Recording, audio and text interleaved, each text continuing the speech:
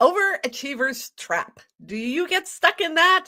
If so, you are in the right spot today. We're going to talk about what it's like as a nonprofit leader to really feel like you can't get out of that trap, that you are constantly in overdrive, constantly overachieving and burning out, and what to do about it.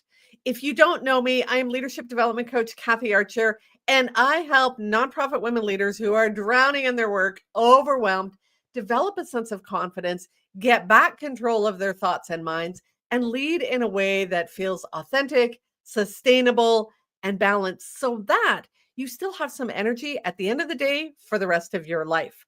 I'm going to just pop on over and get all of my little pieces going here. There's going to be a bit of an echo for a second as I make sure the is off. Just want to make sure that I can catch all the comments so that we are going live. Okay. So I published my book, Character Driven Leadership, in March of this year.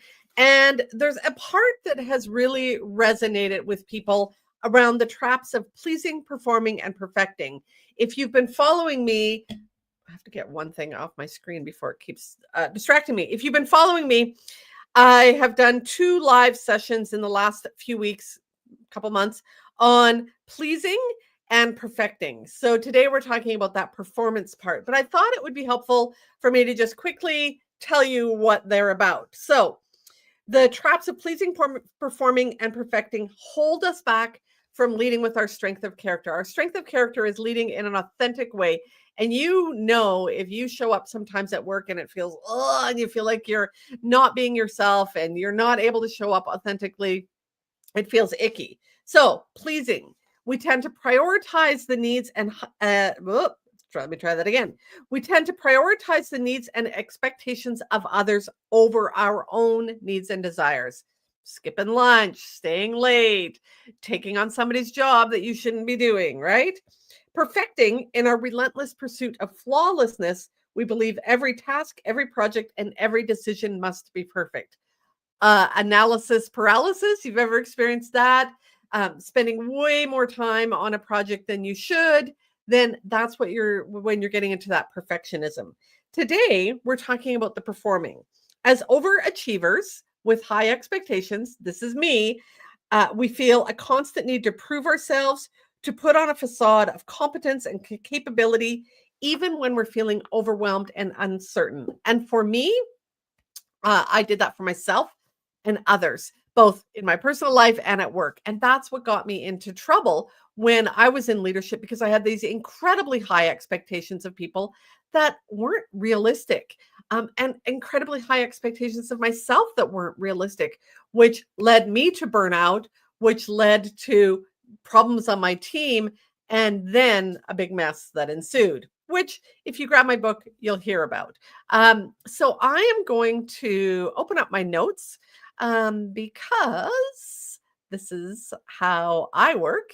And so we're just going to make sure that I am over here on the side, add to stage. Here we go. All right. So when we're talking about this overperformance in leadership, it is like that burning the candle at both ends. We are working the long hours. We are staying late, bringing work home with us, coming in on weekends, right? And we're often taking on more than we should. So we have trouble delegating. We have trouble saying no. We have trouble setting boundaries. If this resonates with you, just put a "that's me" in the chat box. You know, this isn't something that is just you alone dealing with. We've all dealt with this. It's a crazy, weird feeling to feel like you just can't keep a hold of everything, but you still want to take on more. And that's how we get stretched too thin. And that's when that leads to that burnout. So what happens then is we are exhausted. We are overwhelmed, right? We are feeling like we're on all the time. We're constantly having to perform, which is why we're doing the overperforming. We are constantly responding to people, responding to emails. We're always on. We're always available. We're picking up too much work. And the problem of that is, I don't know if you can see my mouse. Now I'm curious if you can see my mouse when I'm on here. The problem of that is it feeds that toxic culture. So If you're in survival mode, oh, and I want to pause for a moment because I want to highlight this. Let's see if this will come on screen. There we go. Okay, you can't see me for a moment. Maybe you can. There we go. Okay, if you are in survival mode, your team's going to be in survival mode. And I really teach that there's this continuum from surviving to thriving. We want to be on the thriving end. Many of us are in that middle on the coping end, but we're often hanging out in survival mode. And it's a really hard place to stick all the time. You're always afraid you're going to drop the ball. You're always afraid that things are going to fall apart. The catch is, if you're in survival mode, and the more people on your team are in survival mode, imagine that your whole leadership team is in survival mode, the better chance you're going to have a toxic work culture. So we really want to make sure that we're getting out of that survival mode and that we are learning to really thrive in leadership in life. Because again, if we don't, we're just burning out. We're hanging out in survival mode and we're creating a toxic culture, which creates stress for our team, leads to disengagement. Gallup looks at engagement numbers, and we look at in across the world, but definitely in nonprofits, about 15% of our population is engaged, actively engaged. They want to be there. They're enthusiastic. They're excited to show up at work. About 15% is actively disengaged. I call those the shit disturbers. They're causing trouble and creating turmoil on the team. About that 70% just shows up for work. It's a paycheck. And if you want to do the mission-driven work of your organization, you want to move more people towards that thriving, engaged place, which means you have to be thriving and engaged. If you're not, if you're hanging out in survival mode, you're just not going to get there. So what causes this? Well, the nonprofit sector is a little bit to blame. We have this crisis-driven mentality. Again, just comment in the chat box, if that's what you're experiencing, that everything is a fire, everything is a crisis. There's always a drama. We're always scrambling to keep up. We're always, 10 steps behind. It is also this world that we live in where there's this sort of martyrdom. Oh, poor me, I'm in the nonprofit sector. I care so much. I give so much. I have to work hard. And that is just that expectation. I heard somebody say the other day, my volunteer hours are put in at work. Is that really volunteering then? Or is it that this martyrdom that you just feel like you have to give and give and give? And so the nonprofit sector plays a role in that. The other part that plays a role is the imposter syndrome that some of us feel. Now, most of us moved from frontline into leadership without training or support to learn how to lead effectively. We're handed forms and you have to have staff meetings and you need to complete grant proposals or funding proposals, but we're never told how to do those. We're also never told how to navigate all of that. How do I balance all of that with my personal life? How do I learn to manage my emotions when I'm triggered? How do I have those difficult conversations when somebody isn't performing? We're not taught those skills. And so that's often why we feel that imposter syndrome, and we show up with this facade that we've got it all together. And so we're wearing this mask of competence, like, I can do it. And inside we're floundering and we're struggling. And what we tend to do then is we try to work harder, we push more. And it leaves us feeling like something's off. You know how that feeling at the end of the day when you get home and you like take off the work clothes and you put on your sweatpants, you're like, oh, I can be me again. That's what it feels like, that you're showing up all of the time without that.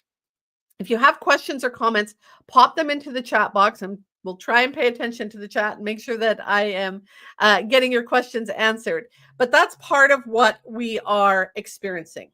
Okay, so the sorry, my phone was just ringing, got distracted for half a second. So the question then becomes is, what does effective leadership look like? If we are not doing sorry, my phone is really ringing. If we're not doing the balanced leadership, if we're struggling to keep things together, if we're really hanging on the edge of burnout, then what's the opposite that we want? What does effective performance look like? It's sustainable productivity. We want to lead in a way where we're getting things done, we're moving through the things we're trying to complete, and being able to sustain that productivity long term. Now, this comes from a tool that I use called the Leadership Circle Profile. So I'm going to introduce you in today to a couple of tools that I use with my leaders. One is the Leadership Circle Profile, which is a 360 tool to get the feedback you need. Sorry, I just have to message my daughter because she keeps messaging me. Message your dad. There we go. How do you balance it all, right? So if you're looking to get some feedback from your team, the 360 Leadership Circle Profile is a tool that I use, and it gets the feedback from your frontline staff, your boss, your board, and the community, and we pull it together. And one of the things that it's measuring is sustainable productivity. What that part measures, there's a whole number of things that it's measuring, is your ability to achieve results in a way that maintains or enhances overall long-term effectiveness of an organization. So imagine that you are getting the results you want. You are, making sure that your team is engaged. You are achieving the goals that you've set out for yourself. You're achieving the goals that the funder has set out. You're getting to accreditation, all of that kind of stuff.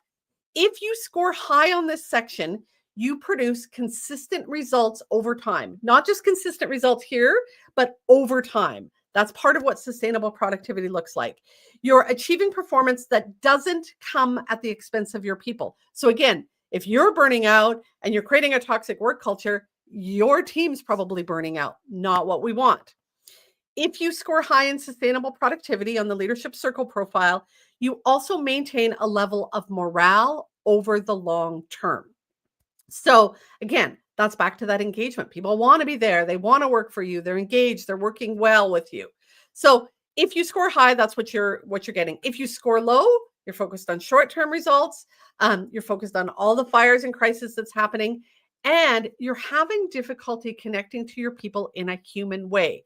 Now, again, if you read my book or if you followed me for a while, you're going to know that I really crashed and burned in my leadership role at one point. And what happened was I got so focused on the results. We had just expanded, really big new contract, lots going on. And I was worried about getting the program setting up and getting the things done and making sure that we were meeting all the meetings and all the targets that we had to, that I lost sight of my people in that process. We were not able to sustain that pace long term. And I burnt out and my people burnt out. So that's what effective performance looks like in terms of the Leadership Circle Profile. So that's one tool that I use. The second tool that I often use is the Clifton Strengths profile. So if you're looking at what your Gallup or Clifton strengths are. So one of the strengths that many of us have, and I can tell you, I've done this with tons and tons of leaders, achiever is often one of the strengths that hits the top when we're in leadership roles. Not all the time, but often. So people with that achiever strength are hard workers, right? They possess a great deal of stamina. They have that inner drive that pushes them to do more and achieve more. And they drive high performance. Sounds good, right? That's what we want. Setting those ambitious goals. However, sometimes when people overuse their achiever strength, the work becomes more important than the people. And this is why this is so important. I'm always preaching that we need to balance people and productivity, task and relationship. Yes, we need to get things done as leaders, and it's the people on our team that are getting those things done. And so if we're not kind of following that, we have such high expectations that people think we're picky, we're demanding, we're, asking too much. And we get impatient, we get bitchy, and we get irritable with our team. And again, that's just doing the opposite of what we want. It's actually creating that burnout in us and burnout in our team. So what's the solution? The solution is to really start to think about who's driving your desire to get things done. If we're looking at being intentional, if we're looking at balancing our strengths, being that optimal leader, creating the environment that we want, and finding that sustainable leadership, we need to be intentionally driving results. which means we come back to our value of excellence. What's important to me? How do I get things done? Excellence, not perfection. If you followed my live where I was talking about that trap of perfectionism, sometimes we call it excellence, but it's not. We're pushing and pushing and pushing for perfectionism. And so it's really hard to balance task and relationship and support our team if we're not doing that. So we have to think about, am I driving the work today, or am I being driven by the chaos and the to-do list and the fear of that, back to that imposter syndrome, fear that somebody's going to think I'm not competent? Um, when we're in that performance zone, it is fear driven. When we're in the sustainable productivity zone, it is excellence driven. And so a couple of self-reflective questions that you can ask yourself when you're really kind of caught up in this is, how would my best self deal with this? That means you're stepping back, you're pausing, you're pondering, you're being intentional about the impact you want to have. With my best self, if I was my best self, how would I show up? And so you're really digging into that. If you are asking yourself, what would others think of me? You're probably not getting into the sustainable productivity place. You're actually being fear driven. So you really want to start to be intentional about how you're showing up. So how do you do that? You start with that aspirational identity. Who am I? What's my strengths? What's my gifts? What's my talents? And then, who am I becoming? How am I growing my leadership? What's the type of leader I want to be? What's the impact I want to have, right? And so you look at creating that vision of yourself and your future. And then when you're asking yourself that question, um, how would my best self handle this? You know that because you've got a vision of your best self. That's what your aspirational identity is. If you really want some help doing that, there's exercises in character driven leadership to really create that vision of your aspirational identity. You use your strengths. So again, if achiever is your top strength, you want to be careful not to overuse it. You have to learn to identify your strengths and then learn how to use your strengths optimally. We spend a lot of time trying to fix what's wrong with us. We think we need to correct those things that are wrong. We're not getting our best bang for our buck there. When you're working in your zone of strength, it's effortless, it's easy, it's energizing. When you're working in those areas of weakness, it's draining. And so you want to identify your strengths, spend more time there, manage your weaknesses. You need to deal with those, but oftentimes that's where you ask for help, or you delegate, or you find a system to deal with it, but you don't try and fix those things. It's a lot of energy that you don't need to expend there. Then it's about building your emotional intelligence. There's a lot going on, and you need to tune into what you're feeling. You need to manage your feelings. You need to tune into how other people are feeling, and you need to manage those relationships. Those are the 4 components of emotional intelligence that you need to really start working on and building and growing. That's how you're going to maintain your composure. That's how you're going to know when it's time to take a break and step back and not go into overdrive. That's how you're going to know how to support the people on your team so that you can get the results long term, that sustainable productivity that you're looking for. And then the bottom line is, this just doesn't happen overnight. It's not something you're going to magically do and is just going to fix itself. You're going to create a plan. Now, what most of us do is we have these performance appraisal plans that we have in our workplace. If you're lucky, not everybody does, especially in leadership roles, but you've got kind of the goals of the organization. That's not what I'm talking about. You need to create your own personal and professional learning curriculum. You need to go, I need to build some emotional intelligence. How am I going to do that? I need to set some boundaries. I'm not very good at that. I'm struggling with work-life balance. I need to learn how to have some of those difficult conversations, the skills that you never learned when you moved into leadership that are actually going to help you. You've probably got some of the information on how to do leadership, but why aren't you following it? I know I need to do, regular one-to-ones with my staff, but man, I just can't seem to keep up. Why not? That's the part that you need to start creating your own plan around. How are you going to create a sustainable leadership model for you and your team so that you're getting those things done, but also still feeling good, having that engaged team, and finding the energy left for the rest of your life. So sit down and look at what are the gaps? Where am I struggling? And then how am I going to learn that? How am I going to develop those skills?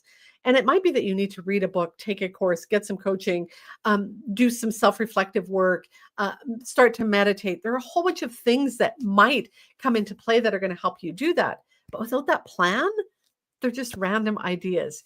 You need to sit down and create a plan that says, I'm going to learn to manage my emotions better.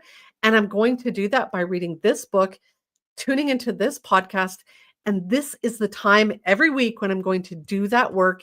And here's how I'm going to know that I've been successful. That level of plan is, again, what I teach in character-driven leadership. And so if you want to do this work, I really encourage you to step back and create time to do that. That's what's going to help you get out of that overdrive. Now let's see if I can remove this, pop this up. I'm doing, wrong. Let's try that again. There we go. Starting October 22nd, I am doing a character-driven leadership book club. So we're going to dive into all of those components, how to get out of those 3 traps: pleasing, performing, and perfecting, how to learn how to create in the way you lead in a way that feels in integrity, that's authentic, that's you, a values-driven model of leadership where you're honoring your ethics and your morals, and you're leading in a way that creates that for you and your team. So if you want to join me for that, the link is in the comment section on LinkedIn. If you are curious about the book and you just want to grab the book, there you go. You can get the first chapter of the book for free. Dive in, check it out, see if it's for you. And again, I will pop that into the LinkedIn comments as well. But that's the way you're going to do this, is really to, this is always fun to try and get rid of all of the little pop-ups that you put on here. All right. If you really want to, there's the book club one. Start to find that balance and lead in an impactful way. Like, we're not here to just be happy and love our jobs. We're here to make a difference. We care about the work we're doing. That's why we're in the nonprofit sector. And that's going to require hard work. It's going to require perseverance. But you're only going to get those results if you create that balance for you. If you're burning out, you're not going to get those results. It's critically important that you do that work to find a way to lead this way. And it is possible. I could introduce you to hundreds of my clients who have started to do this, who started to go, what's the shift I want to make? And then have started to feel that shift. I was talking with a client the other day, and she started to look at this, and she realized that part of the problem was she was just reacting to everything. And so when she was looking at creating that aspirational identity, she's like, I want to lead in a responsive way. Okay, so what do I need to do that? And she realized she needed to have a more systematic way of meeting with her people rather than just haphazardly. And once she started to get that in place, she could then start to take some more space to be more intentional in those meetings. And it's bit by bit that we start to create that model that we're really looking for in leadership. If you have any questions now, if you're following the replay, pop them on. I am here to answer your questions. And if you have questions about the book club, send me a message as well, pop them into the chat. And if you ever want to work with me, I'm always available for coaching clients, for one-to-one clients, to do work in organizations, because I really want to help all of us learn to find that way to make our difference and not burn out in the process. Go make the rest of your day awesome.